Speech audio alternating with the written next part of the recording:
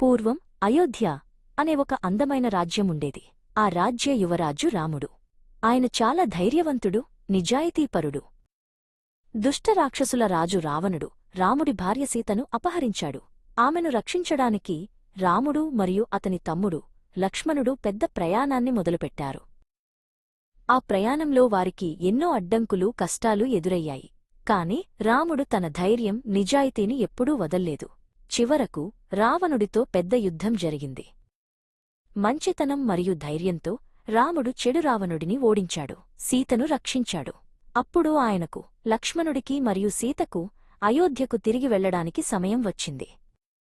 అయోధ్యలో ప్రజలు 14 సంవత్సరాలుగా వారి ప్రియమైన రాజు రాముడికోసం ఎదురుచూస్తున్నారు. రాముడు తిరిగి వస్తున్నాడనే వార్త వారికి సంతోషాన్నిచ్చింది. ఆ రాత్రి అయోధ్య నగరమంతా అలంకరించబడింది. రాముడిని స్వాగతించడానికి ప్రజలు ప్రతి ఇల్లు, ప్రతి సందులో దీపాలను వెలిగించారు. ఆ దీపాల వెలుగు చీకటిని పోగొట్టి సంతోషాన్ని, విజయానికి గుర్తుగా నిలిచింది. అది అద్భుతమైన దృశ్యం. రాముడు, సీత, లక్ష్మణులు అయోధ్యకు చేరుకున్నారు. ప్రతిచోటా దీపాల వరుసలు. ప్రజలు జైరాం అని నినాదాలు చేస్తూ వారిపై పూలవర్షం కురిపించారు.